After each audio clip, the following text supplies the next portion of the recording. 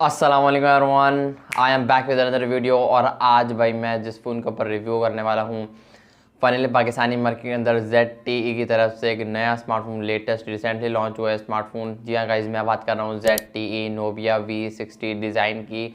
ये smartphone Pakistani market के अंदर 6GB रैम 256GB रोम वाला वेरिएंट प्राइस रखी गई है 30,999, मतलब के 31,000 रुपये। और ऑफलाइन मार्केट में आपको डेफिनेटली डिस्काउंट वगैरह भी देखने को मिलेगा 2-3 हज़ार रुपये का। ये भी अगर ना भी मिले तो भाई इतना महंगा नहीं है। खैर यहाँ पर बॉक्स पर मेंशन ये किया गया है, मैंने जब स्पेसिफिकेशन डिस्कस करनी थी अपकमिंग स्मार्टफोन के ऊपर वीडियो बनाई थी ZTE Nubia V60 डिज़ाइन के ऊपर, मैंने उस वीडियो में कहा था कि ये लोग 6GB के साथ 10GB एक्सपेंडेबल रैम देंगे और 16GB बॉक्स पर बड़ा बड़ा करके मेंशन करेंगे। तो जैसा मैंने कहा था, मेरे कहने के एन मुताबिक सेम टू सेम ZTE ने वैसा ही किया। मुझे लग रहा है कि ZTE ने मेरी वाली वीडियो देख ली होगी, एक नया आइडिया आ गया होगा। खैर मजाक करो, यहाँ पर 16GB रैम यहाँ पर बड़ा बड़ा मेंशन किया गया आप लोग को, जैसा कि जानते हो, या फिर अगर आप लोगों ने अगर आप लोग नहीं जानते होगे तो अब जान चुके होगे मेरी वीडियो देखकर। खैर देखते हैं यार, बाकी ये स्मार्टफोन लेने के काबिल है नहीं, लाइक गेमिंग के लिए, कैमराज के लिए, normal day to day task के लिए फ़ोन कैसा रहेगा, मैं अपना पूरा ओपिनियन आपके साथ शेयर करने वाला हूँ। वीडियो को मिस मत करना। अगर तो फ़ोन को लेने की सोच रहे हो, क्या पता मैं आपको कुछ ऐसा बता दूं कि आप इस फ़ोन को लेने से रुक जाओ, या फिर क्या पता मैं आपको कुछ ऐसा बता दूं कि अगर आप इस फ़ोन को नहीं ले रहे हो तो परचेज़ कर लो। तो मेक श्योर वीडियो के अंदर जरूर देखना, पसंद है तो लाइक करके चैनल को लाजमी सब्सक्राइब करना। हम बढ़ते हैं डायरेक्ट वीडियो की तरफ। सबसे पहले स्मार्टफोन के डिज़ाइन वाली साइड की बात करूँ। अच्छा, यहाँ पर जो इसके स्मार्टफोन के पावर बटन है जिसके ऊपर फिंगरप्रिंट स्कैनर को इम्प्लीमेंट किया गया है, ये अलग कलर में आपको देखने को मिलेगा इस फ़ोन के अंदर। ऑरेंज कलर में आपको इस फ़ोन के अंदर देखने को मिलेगा। मैं डार्क ब्लू वाले कलर की बात करूँ, ऑरेंज कलर का आपको पावर बटन देखने को मिलेगा। तो थोड़ी बहुत मुझे कहीं ना कहीं गूगल पिक्सल वाली फील भी आई, क्योंकि उनका साइन था ये कि पावर बटन को एक अलग रंग देते थे एज़ कम्पेयर टू फ़ोन का जो कलर होता था, अलग कलर का पावर बटन देते थे। तो यहाँ पर मुझे सेम थोड़ी बहुत गूगल पिक्सल की याद आई है। आपको भी याद आई होगी अगर आप इस चीज़ से मतलब अगर आपको इस चीज़ का पता है तो। खैर बैक डिज़ाइन की बात करूँ, अगर तो आपको एक सस्ता आईफोन चाहिए तो यस डेफिनेटली आप इस फ़ोन को डेफिनेटली कंसिडर कर सकते हो। बैक गिलास की प्रीमियम फिनिश के साथ आता है, बॉक्सी फ्रेम है, बॉक्सी डिज़ाइन है, काफ़ी प्रीमियम है, इन हैंड फील काफ़ी बेहतरीन आती है। तो ये फ़ोन ज़्यादातर उन लोगों के लिए बनाया गया जिसको 30-32 हज़ार में एक आईफोन जैसा सस्ता आईफोन चाहिए। तो यस डेफिनेटली आप इस फ़ोन की तरफ जा सकते हो। और बहुत कम ऐसे स्मार्टफोन जो कि 30 हज़ार के बजट के अंदर glass build quality glass back provide करें। स्मजेस डेफिनेटली आपको थोड़े बहुत ज़्यादा देखने को मिलेंगे। तो पेपर गिलास वगैरह लाइक गिलास प्रोटेक्टर जो भी है, गिलास बैक कवर, फ्रंट पे गिलास, ये आपको चढ़ाना पड़ेगा फ़ोन के ऊपर परचेज़ करने के बाद, अदरवाइज़ फ़ोन की रेट लग जाएगी एक दिन के अंदर ही। खैर मजाक कर रहा हूँ। वैसे डिज़ाइन वाली सेट की बात करूँ तो भाई 10/10 रेट करूँगा। ZTE ने काफ़ी बेहतरीन डिज़ाइन दिया गया। रिसेंटली एक और स्मार्टफोन लॉन्च हुआ था, आई थिंक कि V50 था, कौन सा था, उससे मिलता जुलता डिज़ाइन है। खैर फ्रंट डिस्प्ले की बात करूँ, यहाँ पर आपको डायनामिक आइलैंड का डिस्प्ले देखने को मिलेगा। लाइक पूरा का पूरा बैक से एक तो 3 कैमरा दिए, आईफोन वाली फील आएगी, और फ्रंट पे आपको पंच होल के अंदर डायनामिक वाली लाइक रिबन निकलेगी। एक एनिमेशन मुख्तलिफ किस्म के आपको देखने को मिलेंगे। अगर आप आउटगोइंग कॉल करते हो, इनकमिंग कॉल करते हो, तो लाइक इस तरह की अगर आपको चार्जिंग पे लगाते हो उस फ़ोन को, कुछ वॉइस मैसेज आता है, कोई मैसेज आता है, तो उसमें आपको एनिमेशन डायनामिक आइलैंड की तरह देखने को मिलेगी। लाइक ZTE ने पूरा निज़ाम किया हुआ है कि यार इसको लाइक आईफोन वाली, मतलब जिस तरह आईफोन बिकता है ना धड़, मुझे लग रहा है ZTE के दिमाग में यही है कि हम इस स्मार्टफोन को आईफोन की तरह डिज़ाइन करते हैं ताकि ये भी धड़ सेल हो। लेकिन उसको क्या पता बेचारे को, इतना सेल नहीं होना ये स्मार्टफोन।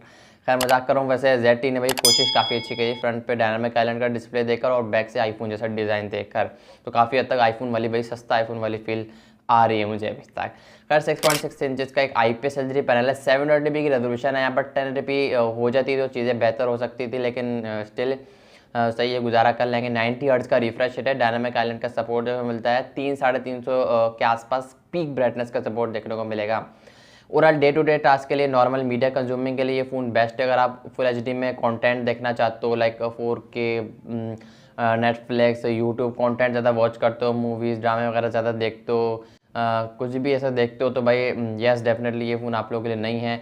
एक नॉर्मल जैसे एक नॉर्मल बंदा है जिसको फ़ोन के बारे में इतना पता नहीं है, उस जैसे बंदों के लिए ये फ़ोन डिज़ाइन किया गया है ZTE की तरफ से। बाकी एंड्रॉयड 13 है, 14 पर आ जाता तो अच्छी बात होती है। बाकी इनका MyOS 13 है, लेटेस्ट है ब्लॉटवेयर्स बग्स वगैरह तो देखने को मिलेंगे, लेकिन ब्लॉटवेयर्स एप्लीकेशन आपको अनइंस्टॉल करनी पड़ेंगी जब आप इस स्मार्टफोन को परचेज करोगे। थोड़े बहुत ब्लॉटवेयर्स वगैरह भी देखने को मिलेंगे। बाकी 2 सिम आप इस फोन के अंदर एट अ टाइम डाल सकते हो। साथ ही मेमोरी कार्ड को भी ये स्मार्टफोन सपोर्ट करता है। वैसे ज़रूरत नहीं थी, 6 GB रैम 256 GB वाला वेरियंट जो लॉन्च किया गया है वो काफ़ी इनफ है।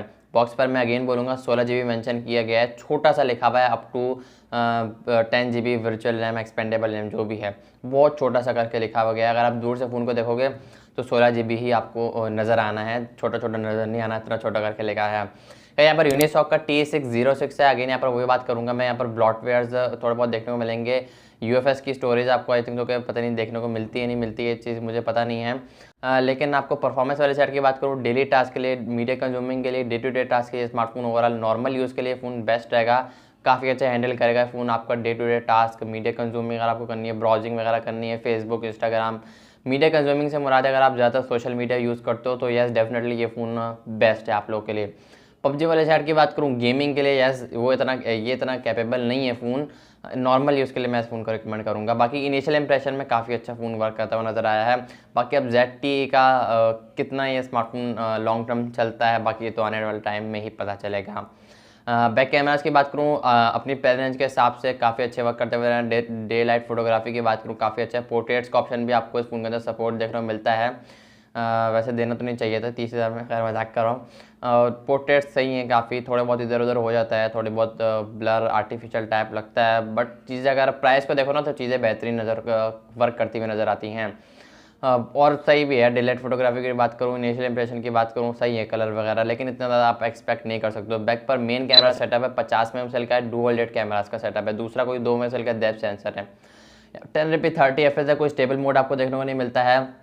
सिंपल से आप वीडियोस रिकॉर्ड कर सकते हो जिसमें आपकी दुनिया हिलेगी झुलेगी जैसे आप हिलोगे, मतलब कि चलोगे तो ये फ़ोन स्टेबलाइजेशन लेकर नहीं आता है अपने साथ, बिकॉज पैसे आपने थोड़े कम दिए भाई ZTE वाले को, तो ZTE वाले नहीं ZTE वालों को बुरा ना मान जाए। तो ZTE वालों ने बोला भाई हम स्टेबल मोड नहीं देंगे, जब आप पैसे ज़्यादा बढ़ा दोगे तो हम भी स्टेबल मोड बढ़ा देंगे, मतलब दे देंगे। खैर मजाक की बात अलग है।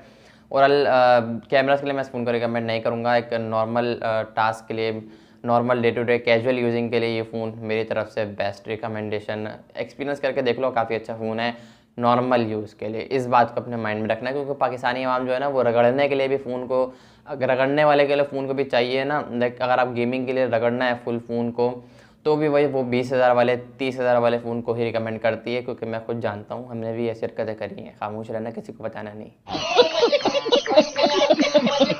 बाकी यहाँ पे 30,000 रुपये के अंदर 5000 mAh की बैटरी दी गई है, जिसके अंदर 22.5 वाट की फास्ट चार्जिंग देखने को मिलती है। 30,000 में 22.5 वाट।